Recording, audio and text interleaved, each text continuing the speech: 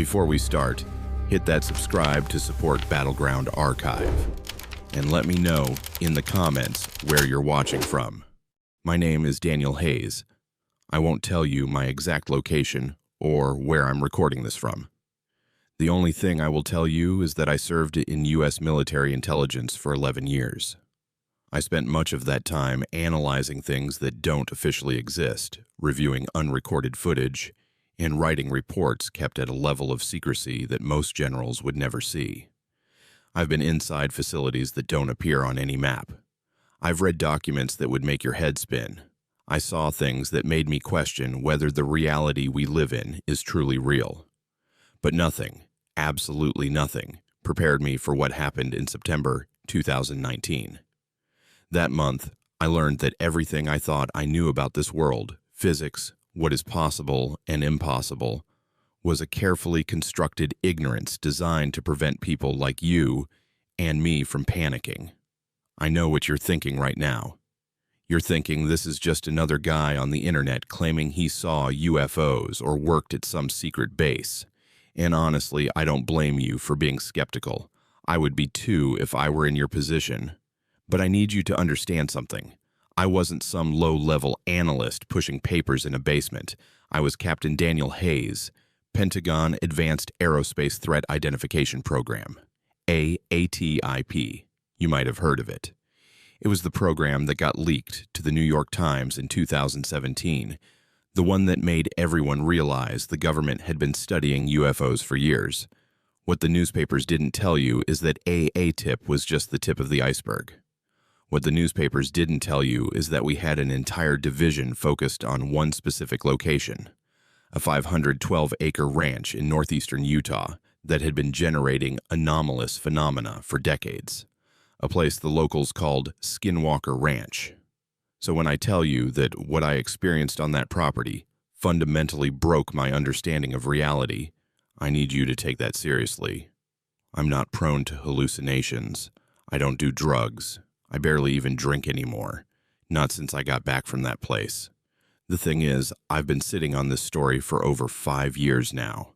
5 years of nightmares. 5 years of looking over my shoulder. 5 years of wondering if today is the day they finally decide I'm a liability that needs to be cleaned up. I signed enough NDAs to wallpaper a house. I know what happens to people who talk about things they're not supposed to talk about.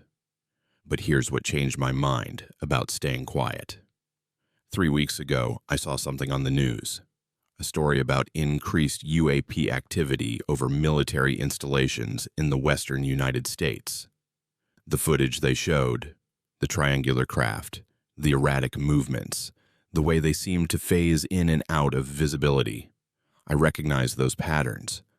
I recognize them because I've seen what makes those patterns. I've seen where they come from. And it's not outer space. It's somewhere much, much closer. Somewhere that defies everything we think we understand about the universe. Let me take you back to where this all started. September 2019, I was stationed at the Pentagon, working out of a secure facility that most people don't even know exists. My days were routine by intelligence standards. Review footage, analyze reports, attend briefings that were so classified we had to surrender our phones before entering the room. Normal stuff for someone in my position.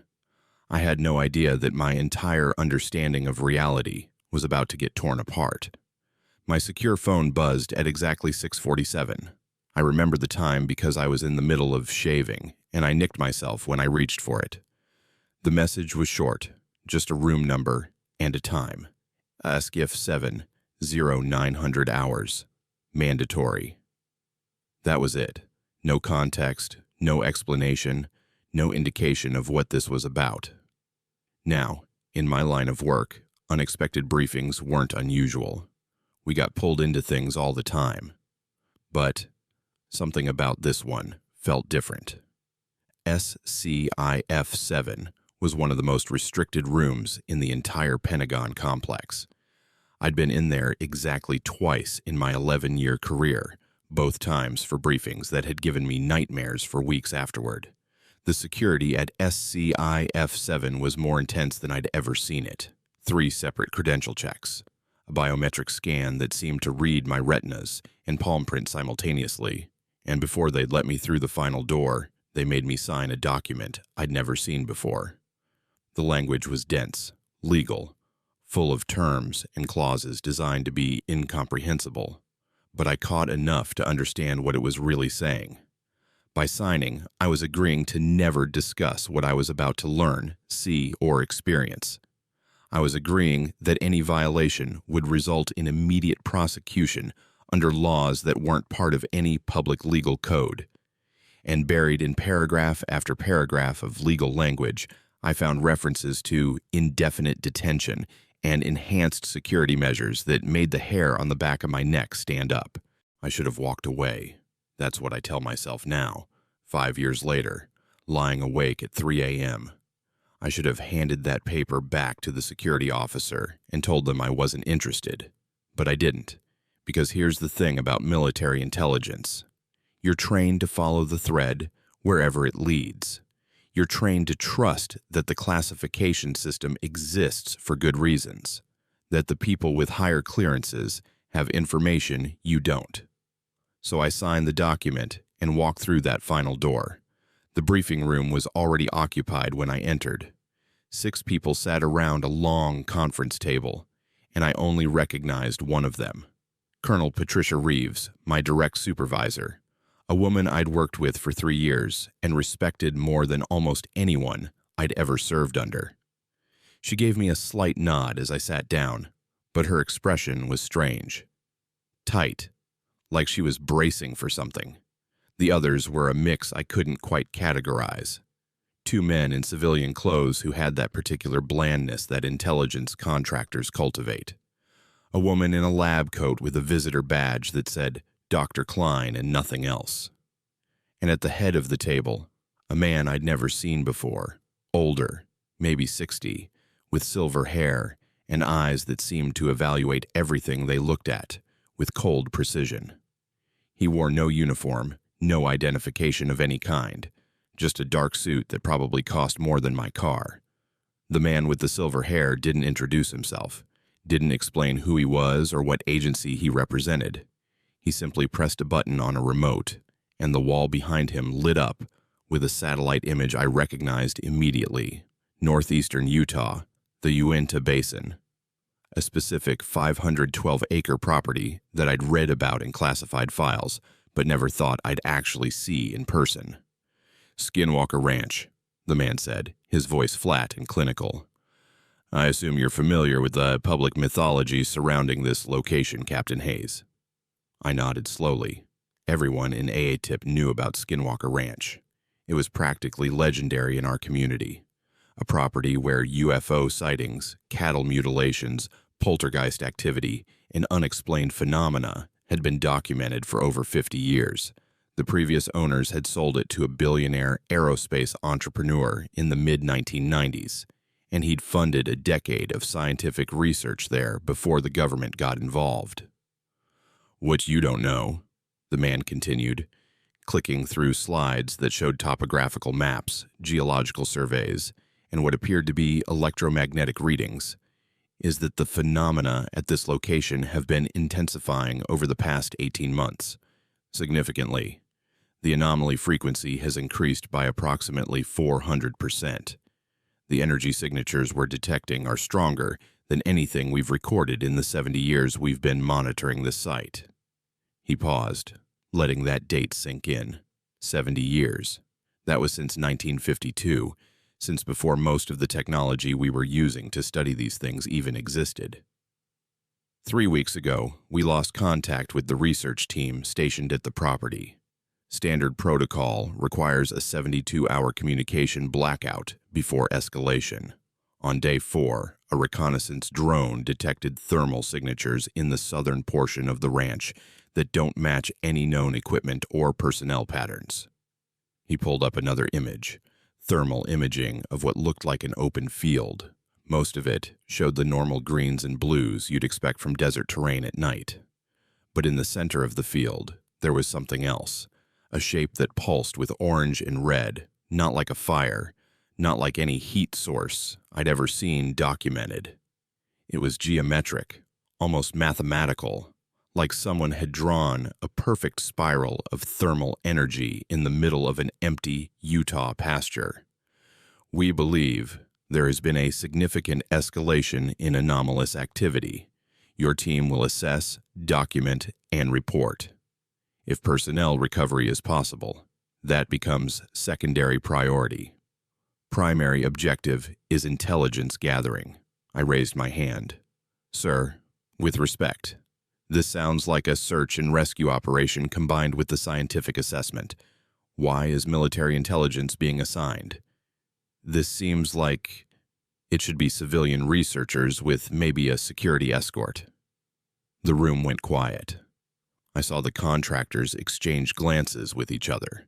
Colonel Reeves shifted in her chair, and I saw something pass across her face that might have been fear. The man with the silver hair leaned forward, his eyes locking onto mine with an intensity that made me want to look away. Captain Hayes, what I'm about to tell you doesn't leave this room. The phenomena at Skinwalker Ranch are not random occurrences. They're not natural events that we're simply trying to understand. We have evidence, substantial evidence, that these phenomena are responsive. They react to observation. They adapt to our presence. And in the past 3 weeks, we have documented 17 instances where the phenomena appeared to deliberately target our personnel. He paused, and the temperature in the room seemed to drop several degrees. The research team we lost contact with consisted of 8 individuals. We've recovered 5 of them. 2 were found wandering on a highway 40 miles from the property, with no memory of how they got there, and no memory of the previous week. 3 were found on the property itself in various states of psychological distress. The remaining 3, including the team leader, are still missing. We don't know if they're alive or dead. We don't know where they are. What we do know is that something on that ranch took them. And whatever that something is, it's getting bolder. My team would consist of 4 operators plus 2 specialists. I would be in command. Lieutenant Michael Carter as tactical lead, special operations background, extensive field experience. We'd worked together once before on a classified operation in Eastern Europe. I trusted him. Dr. Robert Klein as science advisor, 15 years studying the ranch phenomena. Sergeant Marcus Torres, a veteran with 15 years of special operations experience. Specialist David Holloway, communications and electronics expert. And Private First Class James Patterson, the youngest of the group, maybe 24, fresh out of advanced training and eager to prove himself. As I was leaving the briefing room, Colonel Reeves caught my arm. Her grip was tight, urgent. "Daniel," she said, using my first name, which she never did, "I want you to understand something. I've been in this job for 22 years. I've seen a lot of things that keep me up at night. But what's in those files about Skinwalker Ranch, the footage, the reports, the medical evaluations of people who've spent time there?" She trailed off, shaking her head. "Watch yourself out there. And if something tells you to run, don't hesitate. Don't try to be brave. Just run." I wanted to ask her what she meant, wanted to press for more details, but she was already walking away, and I was left standing in that corridor with a stack of classified files and a growing certainty that I had just volunteered for something that would change me forever. We lifted off from Andrews at 0500 hours the next morning, loaded into an unmarked Gulfstream that had no tail numbers, no identification of any kind. The kind of aircraft that doesn't officially exist, flying missions that never officially happen. There were 6 of us on that plane. Me, Lieutenant Carter, Dr. Klein, Sergeant Torres, Specialist Holloway, and Private Patterson. Lieutenant Carter sat across from me, reviewing mission documents on a tablet that would self-wipe the moment we landed. He was exactly what you'd expect from someone with his background. Calm, methodical, the kind of man who'd seen enough combat to know that panic gets people killed. Dr. Klein spent most of the flight staring out the window, his fingers tapping nervously against his knee. Every few minutes, he'd pull out a small notebook and scribble something, then close it quickly like he didn't want anyone to see what he'd written. I caught a glimpse of one page as he flipped past it. Diagrams. Strange geometric shapes connected by lines and arrows, covered in notations that looked like mathematical formulas, but used symbols I didn't recognize. The flight took about 4 hours. We landed on a private airstrip in the middle of nowhere, Utah, surrounded by high desert scrubland and distant mountains that looked ancient and weathered and somehow wrong. I couldn't explain the wrongness at the time. It was just a feeling, a subtle dissonance, like looking at a photograph that's been slightly altered. 2 black SUVs were waiting for us on the tarmac. No drivers visible, just the vehicles sitting there with their engines running. The drive to the ranch took about 40 minutes. The landscape changed as we got closer, becoming more desolate, more isolated. The road turned from paved to gravel to dirt, winding through terrain that seemed to swallow sound. I noticed the silence first. No birds, no insects, no wind rustling through the sparse vegetation. Just dead, oppressive quiet that pressed against my eardrums like a physical force. Torres noticed it too. I saw him scanning the horizon with that 1,000-yard stare combat veterans develop, his hand resting on his sidearm. "Is it always this quiet?" Patterson asked from the back seat, his voice too loud in the stillness. Dr. Klein didn't turn around. The wildlife knows to stay away, has for decades. The ranchers who used to work this land, before the government acquired it, they called it the dead zone, said their cattle would refuse to graze here. Dogs wouldn't cross onto the property. Even the birds avoid flying over it if they can. "Why?" Patterson pressed. Dr. Klein was quiet for a long moment. When he spoke again, his voice was barely above a whisper. "Because they can feel it. Animals are more sensitive than humans to certain kinds of energy. They can sense things we've trained ourselves to ignore. Whatever is on this property, whatever generates the phenomena we've been documenting for 70 years, the animals know it's there. They know it's dangerous. They know to stay away."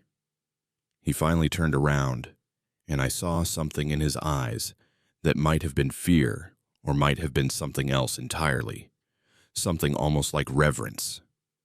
We should have listened to the animals. The ranch compound came into view about 10 minutes later, almost disappointingly ordinary. A cluster of buildings that looked like they'd been there for 100 years. A main house, 2 stories, white paint peeling in places. Several outbuildings, barns and sheds, and what looked like an old bunkhouse. A few trailers that were obviously more recent additions, probably temporary housing for research teams. But, as we got closer, I started noticing things that didn't fit. Security cameras mounted on every building, their lenses tracking our vehicles as we approached. Antenna arrays on the roof of the main house, far more sophisticated than anything a working ranch would need. And around the perimeter of the compound, barely visible in the scrubland, a fence that I realized was electrified when I saw the warning signs posted every few meters. "Welcome to Skinwalker Ranch," Dr. Klein said, and there was no warmth in his voice. "I'd tell you to make yourselves at home, but honestly, I don't think that's possible here." The first few hours were spent getting oriented. Dr. Klein gave us a tour of the facilities, showed us the monitoring equipment, the recording stations, the emergency protocols. The main house had been converted into a command center filled with computers and screens displaying feeds from cameras positioned all over the property, seismographs, electromagnetic sensors, radiation detectors, equipment I didn't recognize and couldn't name. "We maintain 24-hour surveillance of the entire 512 acres, Dr. Klein explained, gesturing at the wall of monitors. "Every anomalous event is automatically logged, time-stamped, and analyzed. In the 15 years I've been working here, we've documented over 2,000 distinct incidents."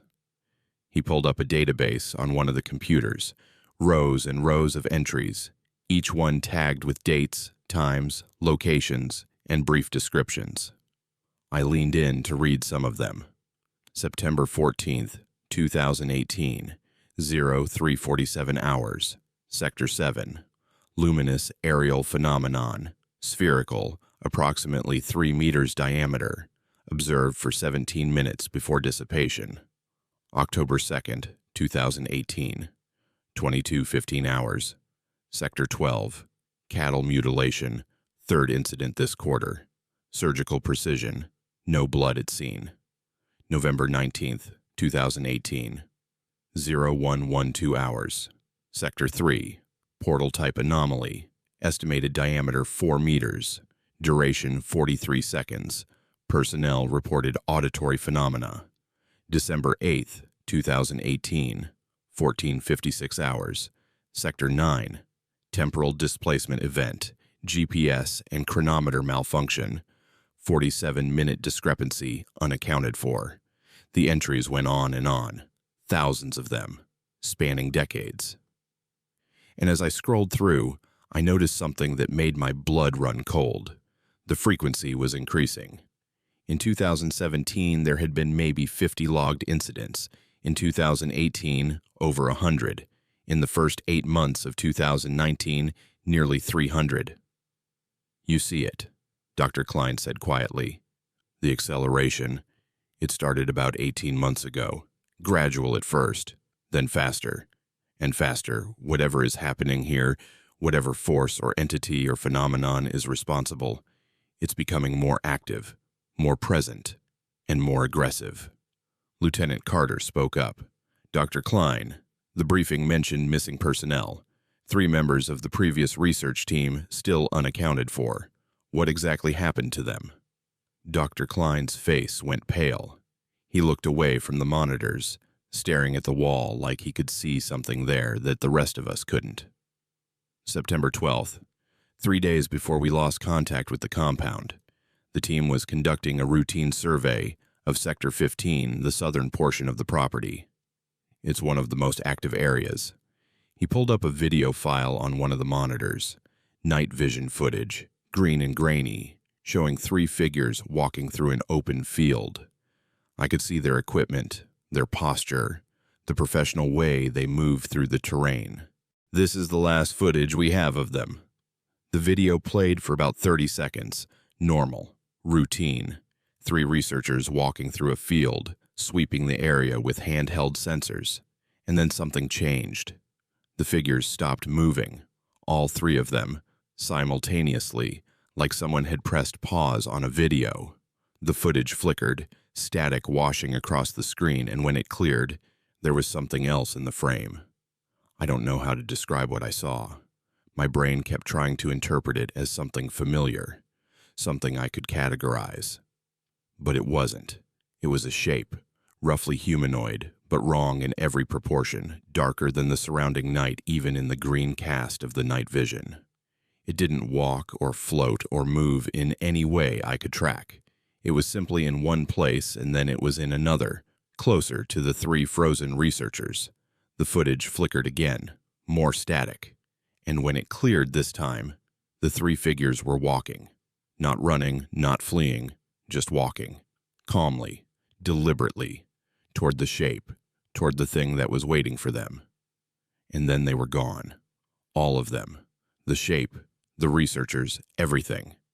The field was empty. The footage showed another 30 seconds of nothing but grass swaying in a wind I couldn't hear, and then it cut to static and stayed there. We searched for 72 hours, Dr. Klein said, his voice hollow. Every inch of that sector. Dogs, drones, thermal imaging, nothing. No bodies, no equipment, no trace they'd ever been there, except for this footage and the GPS data showing they entered that field and never came out. What was that thing? Torres asked. And for the first time since I'd met him, he sounded scared. Dr. Klein shook his head slowly. We don't know. In 70 years of research, we've documented over 40 distinct types of phenomena on this property.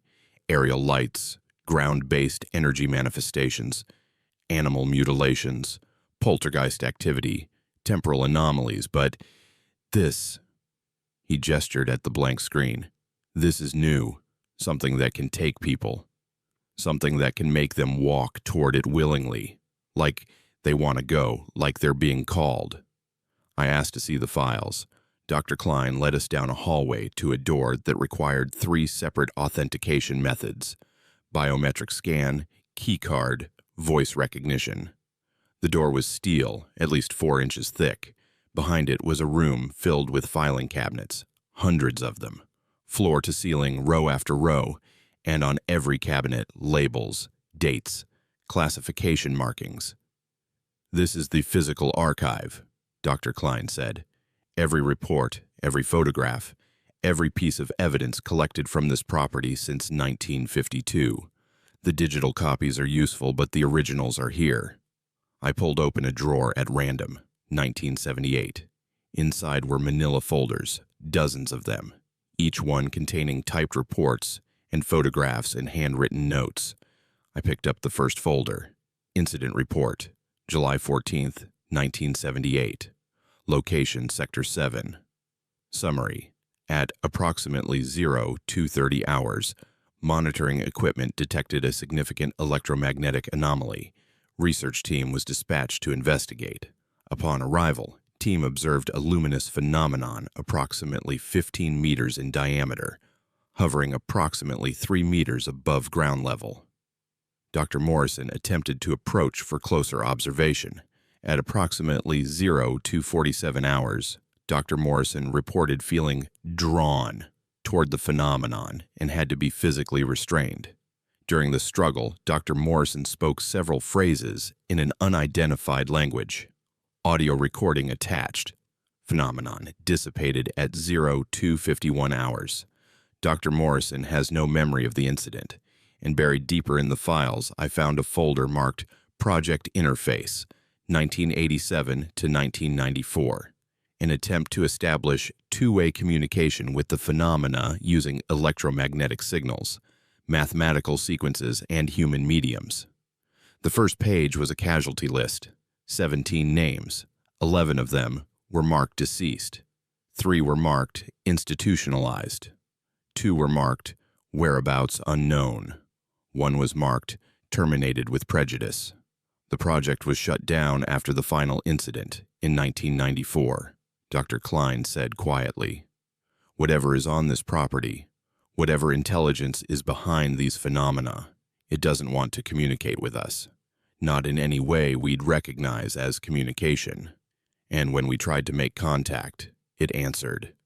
And the answer cost 11 people their lives and destroyed the minds of 3 more. The first night was quiet. Too quiet.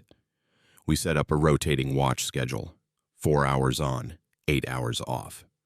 I took the first shift with Torres, monitoring the feeds from the security cameras, watching the empty desert stretch out in every direction under a sky so full of stars it looked fake. Nothing happened. No anomalies, no lights, no phenomena of any kind, just hours of stillness. But I felt watched, a constant, low-level awareness that something was observing us, tracking our movements, waiting to see what we would do. I mentioned it to Torres around 0300. He just nodded, his eyes never leaving the monitors. I feel it too, he said. Been feeling it since we got off the plane, like eyes on the back of my neck. The incident started on the second day. It began small, equipment malfunctions that couldn't be explained, a camera in Sector 7 that kept pointing at the same empty spot even when we reset it remotely, radio communications that would cut out for exactly 17 seconds at random intervals, a clock in the command center that ran backward for 3 hours before anyone noticed. Dr. Klein documented everything with that same clinical detachment, like he'd experienced all of this before, like he was just waiting for the more serious phenomena to begin. The first major incident happened at 14:23 hours on day 2. I know the exact time because I was staring at the mission clock when it started. Patterson was outside, running a perimeter check about 50 meters from the main house. Standard procedure. I was watching him on the monitors, tracking his progress along the fence line, when he stopped moving. Just stopped, mid-stride, like someone had pressed pause on a video. "Patterson, report," Carter said into the radio. No response. "Patterson, do you copy?" Still nothing. I was about to head outside when Patterson started moving again, but something was wrong. His movements were different, jerky, mechanical, like a puppet being controlled by someone who didn't quite understand how human joints were supposed to work. He turned around and started walking back toward the compound. His face was blank, empty. His eyes were open, but there was nothing behind them. No recognition, no awareness, no sign that Patterson was still in there at all. Torres met him at the door, weapon raised. Patterson walked right past him like he was invisible and headed straight for the command center. He walked to one of the computers, sat down, and started typing. Fast. Impossibly fast. His fingers were a blur over the keyboard, and the screen was filling with text that made no sense. Symbols, equations, geometric patterns that seemed to shift and move even as they appeared on the monitor. This went on for exactly 4 minutes and 37 seconds. I timed it. I stood there and watched a man I'd served with for less than 48 hours channel something that wasn't him, producing information that couldn't have come from any human source. And then it stopped. Patterson's hands went still. His body slumped in the chair. And when his eyes focused again, when whatever had been using him let go, he looked at us with an expression of pure terror. "What happened?" he whispered. "Why are you all looking at me like that? What did I do?" He didn't remember any of it. Not the walk outside, not stopping in the field, not coming back and sitting down at the computer. The last thing he remembered was stepping outside for the perimeter check. Dr. Klein was already at the computer, scrolling through the text Patterson had produced. His face had gone pale, then red, then a shade of gray I'd never seen on a living person. "This is impossible," he muttered. "These equations, this notation, this is decades beyond anything we've developed. This is physics we don't understand yet. This is..." He trailed off, his hands shaking as he continued to scroll. "This is instructions," he said finally. "Someone, something is trying to teach us, showing us how to do something, how to build something." "Build what?" I demanded. Dr. Klein looked up at me, and I saw tears forming in the corners of his eyes. "I don't know. I can't read most of this, but the parts I can understand, the basic concepts buried in here." He shook his head slowly. "If this is real, if this is actually what it looks like, then we've been given information that would change everything. Physics, energy, the fundamental nature of reality itself." He turned back to the screen. "The question is, why? Why would they give this to us? What do they want in return?" We isolated Patterson in one of the trailers as a precaution. The second night was when everything fell apart. I was on watch again, 0200 to 0600, paired with Holloway this time.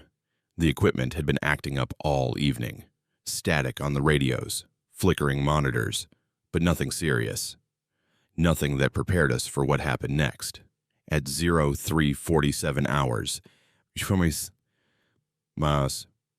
every alarm in the compound went off simultaneously.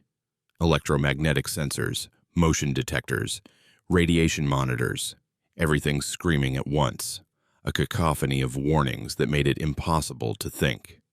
And then the lights went out. Not just the lights in the command center. Every light on the property. The entire compound plunged into darkness so complete I couldn't see my hand in front of my face.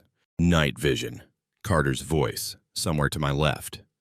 I fumbled for my equipment, got the night vision goggles on, and felt my stomach drop as the world resolved into green-tinted clarity. The monitors. Every single one of them was still on, still working. But they weren't showing the ranch anymore. They were showing somewhere else. A corridor, long and dark, stretching into distance that seemed impossible. The walls were made of something that looked like stone but moved, shifted, pulsed like it was breathing. And at the end of the corridor, barely visible in the low light, something was standing, something tall, Something wrong. Something that was looking directly at the camera. Directly at us, like it knew we were watching. And then it started walking forward. It moved like nothing I'd ever seen. Not walking exactly. More like gliding. Its proportions were wrong. Limbs too long. Joints bending in places where no joints should exist. And its face, if you could call it a face, was the worst part. Smooth. Featureless. Like someone had forgotten to finish designing it. The monitors flickered. Static washed across every screen. And when they cleared, the feeds were back to normal. Empty desert. Quiet buildings. No corridor. No creature. But in Sector 15, where the 3 researchers had disappeared, there was something new. A light.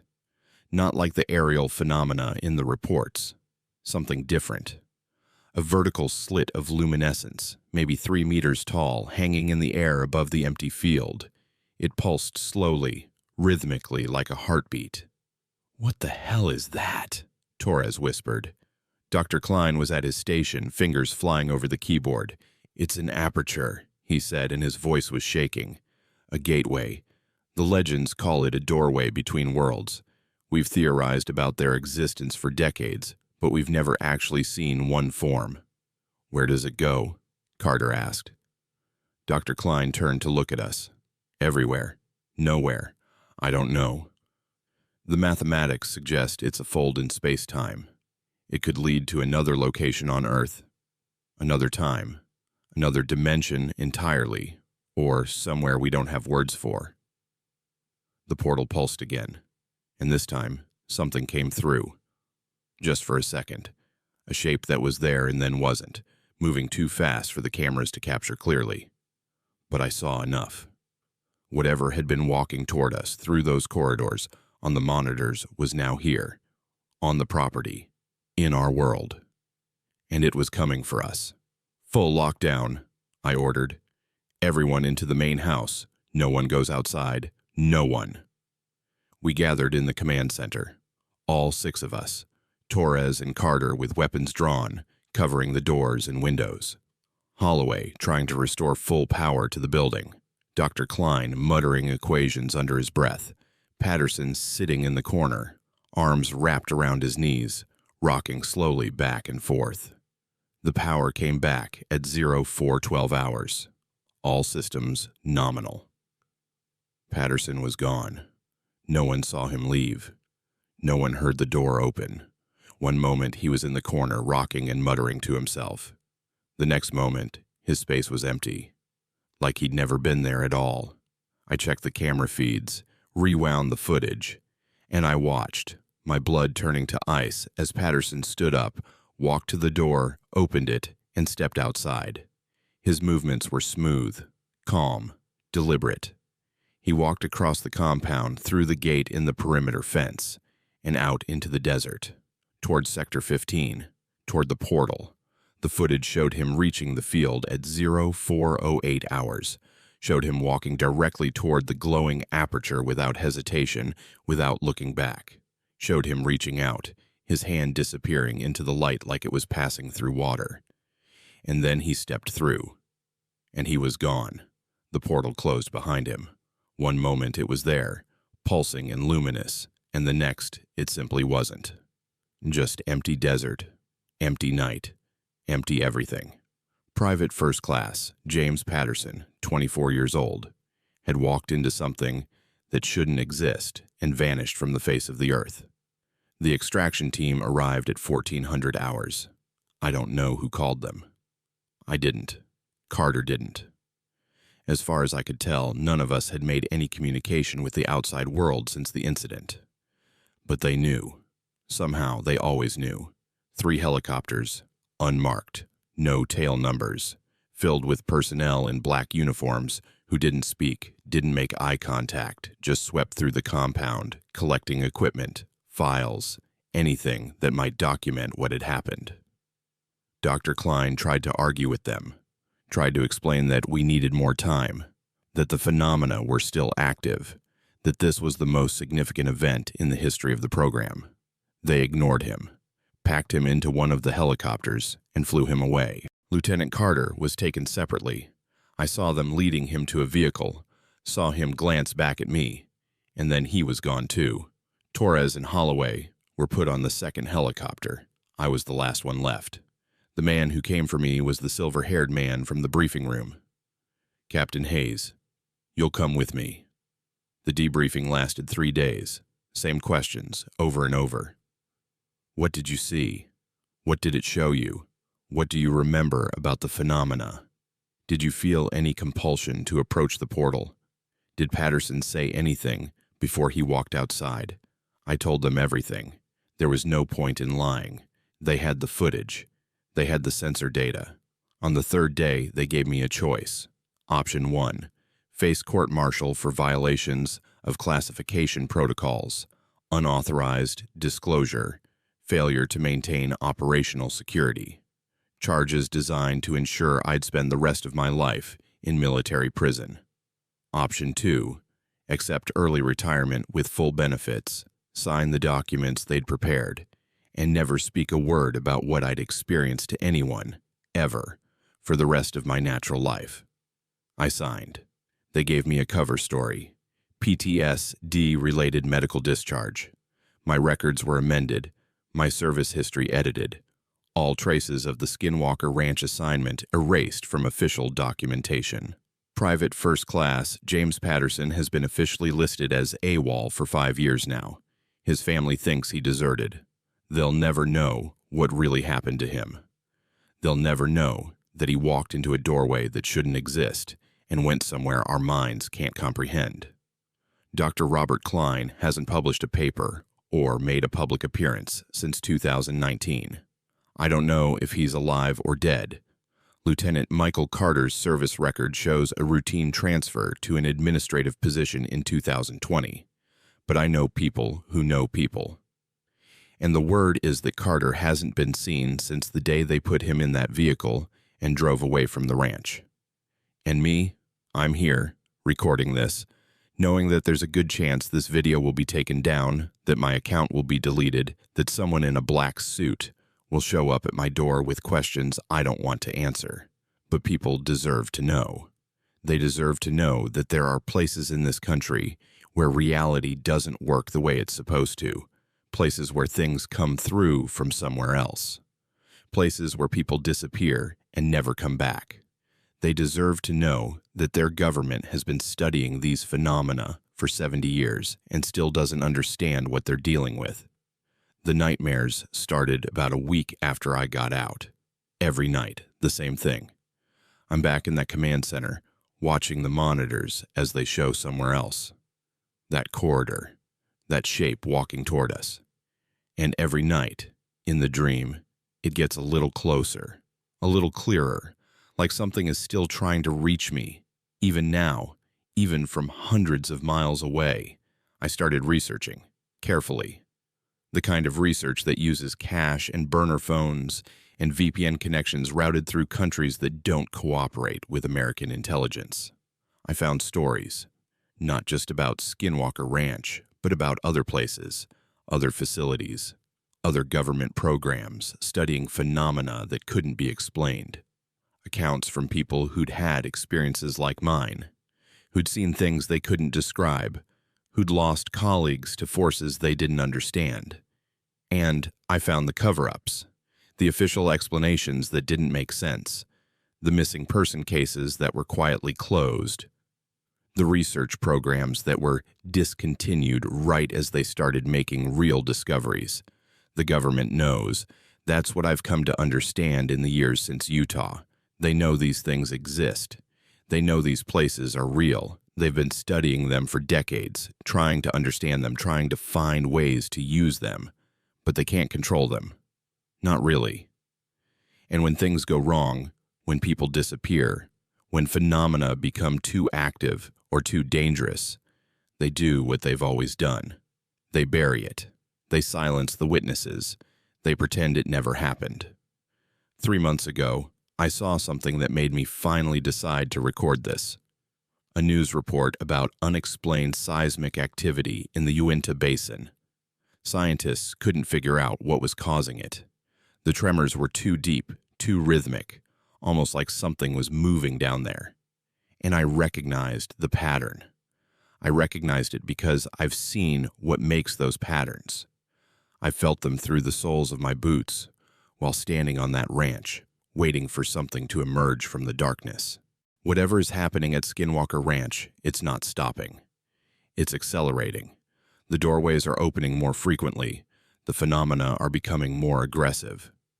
And sooner or later, something is going to come through that can't be contained. Something that won't just take one person at a time. Something that will change everything. I don't know what's coming. I don't know if it can be stopped. All I know is what I saw on that ranch. What I felt when that portal opened. What I lost when Patterson walked into the light and never came back. If you're watching this, wherever you are, I want you to do something for me. Pay attention to the places that feel wrong.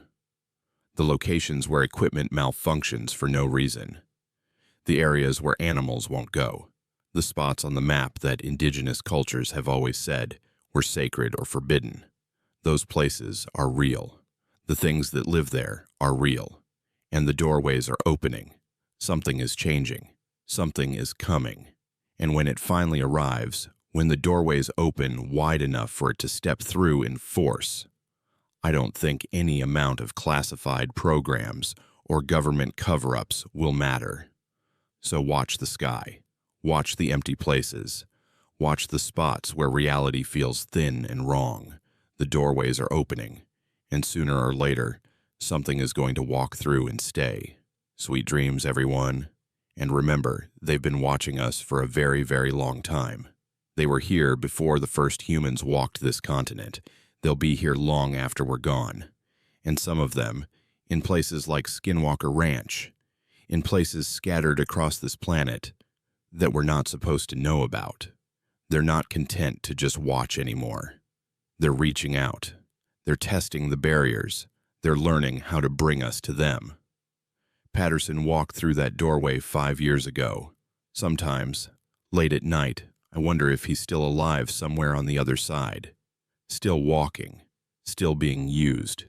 Still smiling that terrible smile I saw on those missing researchers in the footage. I hope he found peace. I hope whatever took him gave him something worth losing everything for.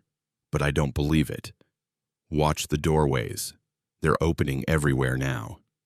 And whatever is on the other side is finally ready to come through.